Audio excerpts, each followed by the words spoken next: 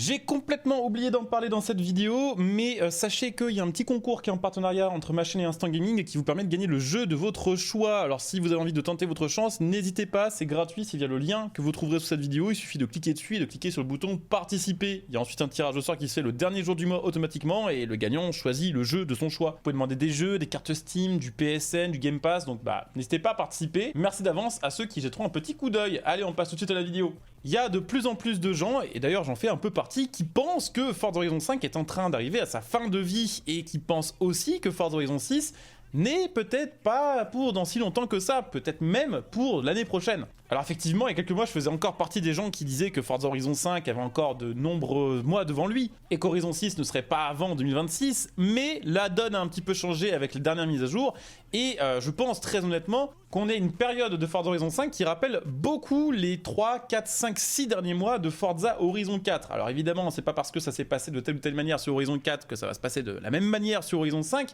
mais j'avais envie en vidéo aujourd'hui de parler un petit peu des indices, des éléments qui montreraient que Forza Horizon 5 est bientôt à sa fin et surtout que Horizon 6 pourra arriver dès l'année prochaine. Alors je sais bien qu'on a déjà un petit peu abordé le sujet dans une vidéo que j'ai fait sur la mise à jour 39 de Forza Horizon 5, mais c'était vraiment pas le sujet de la vidéo, alors qu'aujourd'hui on va pouvoir un petit peu aller plus en détail dans le sujet. Donc c'est le sujet du jour, la fin de Horizon 5 pendant quelques mois et Horizon 6 pour 2025. Évidemment, comme d'habitude, si la vidéo vous plaît, je compte sur vous pour laisser un petit like, mais surtout, avec ce genre de vidéo, je compte sur vous pour me donner un petit peu votre avis sur le sujet via les commentaires. C'est toujours intéressant de savoir ce que vous pensez des différentes théories qu'on peut trouver sur internet et d'avoir tout simplement vos avis. Donc n'hésitez pas. Déjà pour moi, le premier indice qui montre qu'on est vraiment quand même sur la fin de vie de Forza Horizon 5, c'est les dernières mises à jour du jeu. Ça fait plusieurs mois d'affilée qu'on enchaîne avec des mises à jour moyennes. Alors c'est pas des mauvaises mises à jour, on a déjà eu franchement des mauvaises mises à jour sur le jeu il y a plusieurs mois de ça, notamment la mise à jour des 10 ans du jeu, mais également aussi la mise à jour Extreme E qui est arrivée seulement quelques semaines après la sortie du jeu.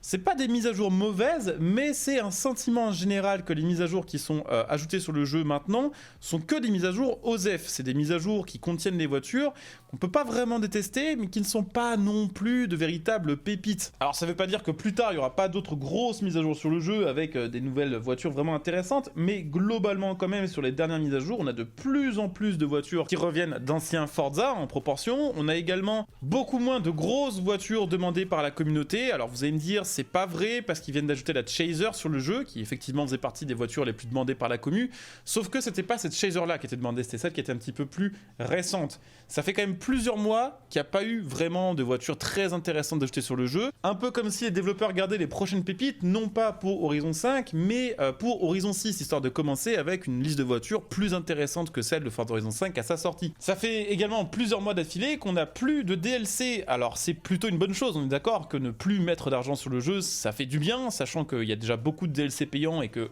on est nombreux ici à avoir déjà acheté l'Ultimate de Forza Horizon 5,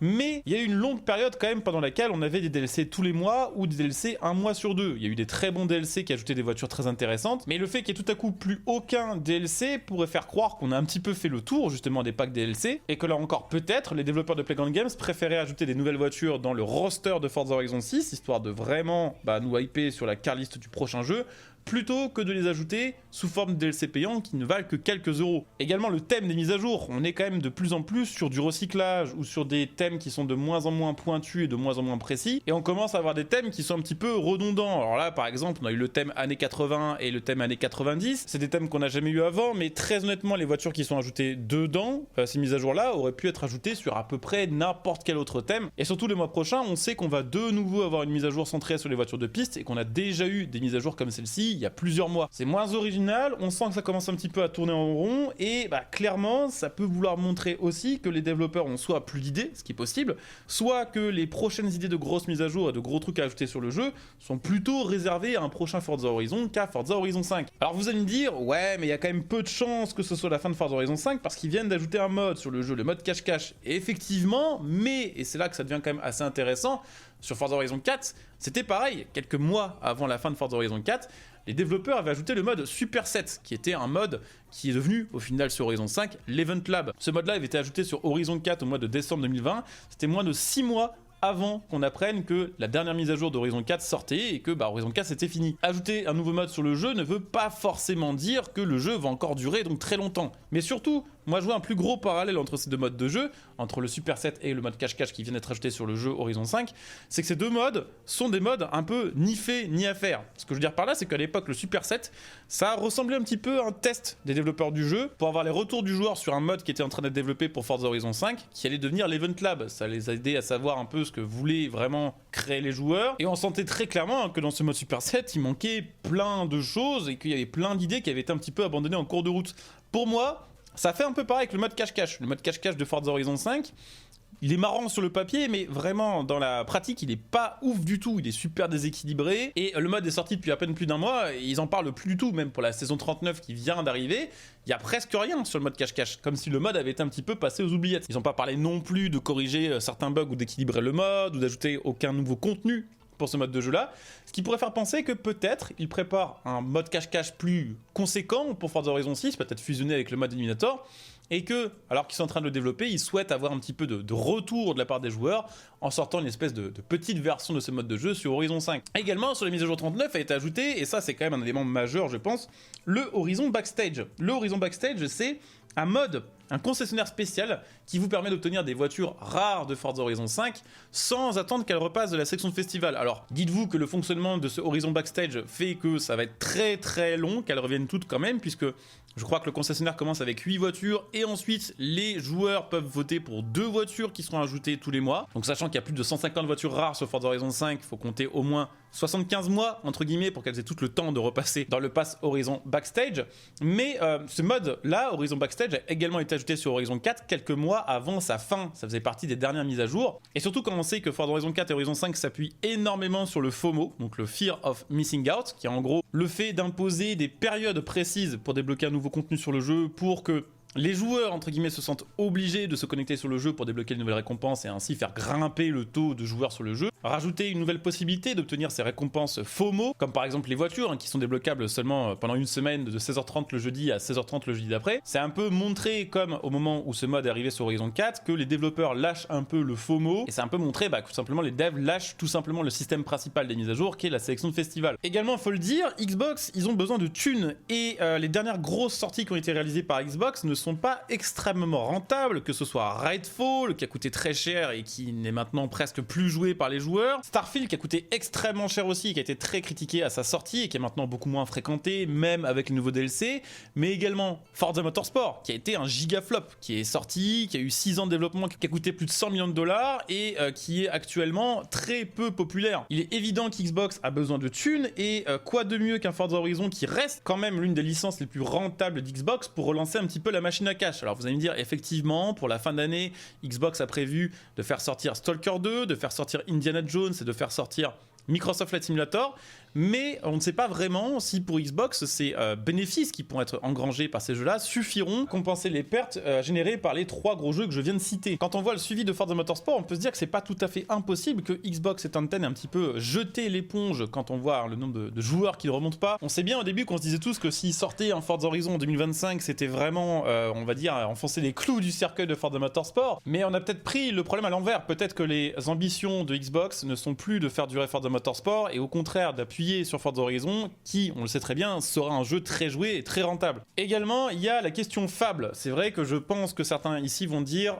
c'est pas possible que Horizon 6 sorte l'année prochaine parce que les développeurs travaillent sur Fable. Ce qu'il faut savoir, c'est que effectivement Fable, c'est un jeu qui n'a rien à voir avec Forza, qui est développé par le même studio, par Playground Games. Il y a des choses intéressantes à dire à son sujet parce que de base Playground Games ne se concentrait que sur les Forza Horizon et ils ont en fait recruté des nouveaux salariés, des nouveaux développeurs pour travailler sur Fable. Donc c'était une équipe séparée et normalement ça n'avait pas d'influence sur le développement d'un potentiel nouveau Forza Horizon. Sauf qu'il est vrai que Fable a pris du retard parce que ce qui est assez ironique dans l'histoire, c'est que Fable, qui est un MMORPG, est développé avec le Forza Tech, le même moteur que le moteur qui a été pensé pour faire des Forza. Fable a pris du retard et on sait qu'il y a des gens qui travaillent de base sur Forza Horizon qui ont été débauchés pour travailler sur Fable pour rattraper le retard. Sauf que, et ça c'est un peu plus récent, il y a également des gens qui ont été débauchés de chez Turn 10, donc qui travaillent normalement sur les Forza Motorsport et qui connaissent eux aussi très très bien le Forza Tech, qui ont été justement débauché pour compenser le trou dans les développeurs réalisé par justement ce switch d'employés de Playground Games de Forza Horizon à Fable. On peut se dire du coup que si certains ont été débauchés de Motorsport pour travailler sur Forza Horizon, c'est qu'il y a une bonne raison, et c'est qu'il y a peut-être là aussi un petit retard à rattraper. Quand on voit les updates de Forza Horizon 5 maintenant, quand on voit qu'il n'y a pas de nouveaux gros DLC en préparation, ni de nouvelles grosses maps officielles, on peut se dire que c'est pas ça qui a pu nécessiter l'intervention de Turn 10, mais que c'est peut-être un projet plus gros, comme la réalisation d'un nouveau jeu par exemple. Le seul élément qui me fait douter personnellement quant à une sortie de Forza Horizon 6 en 2025, c'est la sortie de GTA 6. On le sait très bien, GTA 6 c'est le jeu le plus attendu du millénaire, et globalement c'est un jeu qui va faire concurrence à tous les autres jeux,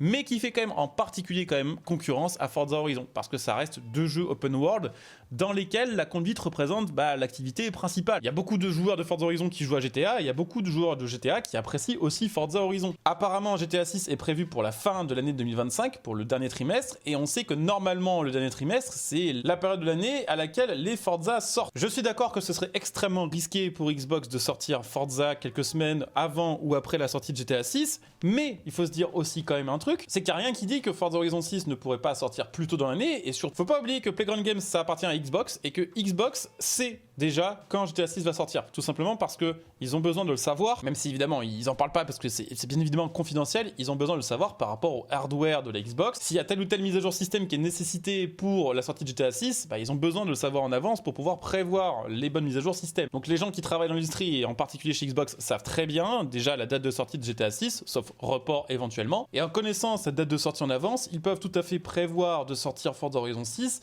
à une autre période que celle de GTA 6 pour que ça n'influence pas trop les ventes de Forza Horizon 6. Faut le dire aussi, Forza Horizon 5 rapporte maintenant beaucoup moins de thunes que ce qu'il a rapporté jusqu'à il y a quelques mois. C'est aussi dû bien sûr au fait que les mises à jour sont moins intéressantes, elles sont donc découvertes par moins de joueurs, et moins de joueurs sont intéressés pour acheter le jeu, et ça se voit clairement quand on regarde la courbe des joueurs de Forza Horizon 5. Ça fait un petit moment quand même qu'elle s'aplatit de plus en plus, et d'ailleurs, pour info, elle s'aplatit plus vite que la courbe de Forza Horizon 4. Mais Horizon 5 se vend moins bien, il y a moins de DLC à acheter, donc ça rapporte forcément moins de thunes à Xbox, et c'est possible que ça déclenche, entre guillemets, la prochaine étape pour les développements de Forza Horizon 6, c'est que ça accélère un petit peu son développement. Faut le dire aussi, de manière générale, les serveurs de Forza Horizon 5 sont de moins en moins fréquentés, mise à jour après mise à jour, ça remonte de moins en moins. Et je pense que si même Xbox arrivait avec un gros DLC à vendre aux joueurs, les joueurs de Forza Horizon 5 sont déjà un petit peu en train de passer à autre chose. On a tous fait le tour de la map, et globalement on n'en peut plus. C'est vrai que la map de base, qui est quand même recouverte à 3/4 d'herbe et de cactus, c'est acceptable pendant 1 an, 2 ans, mais la 3e année, déjà, c'est compliqué. Donc bon, évidemment, ça reste qu'une théorie, il n'y a aucune info officielle qui va dans ce sens, mais ce qui est sûr, c'est que globalement, et d'ailleurs, vous pouvez me donner un petit peu votre avis là-dessus en commentaire,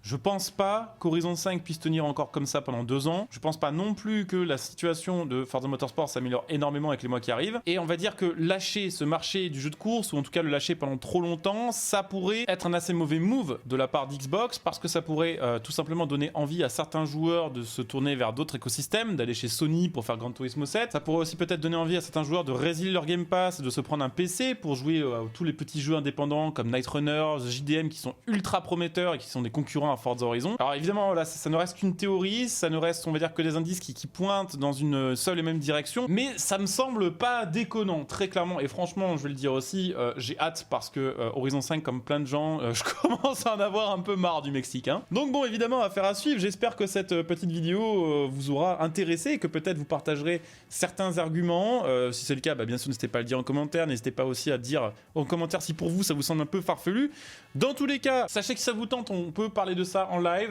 puisque je fais pas mal de live et j'en fais assez effectivement régulièrement sur les Forza. Donc si ça vous tente, n'hésitez pas à venir me follow sur Twitch, le lien sera sous cette vidéo en description et en top commentaire. Donc voilà, venez follow, comme ça dès que je stream vous êtes notifié. Vous pouvez claquer votre Prime pour soutenir la chaîne, et puis n'hésitez pas, voilà, jetez un petit coup d'œil au lien Instant Gaming. On se retrouve très bientôt pour une nouvelle vidéo. En attendant, bon jeu à tous, ciao.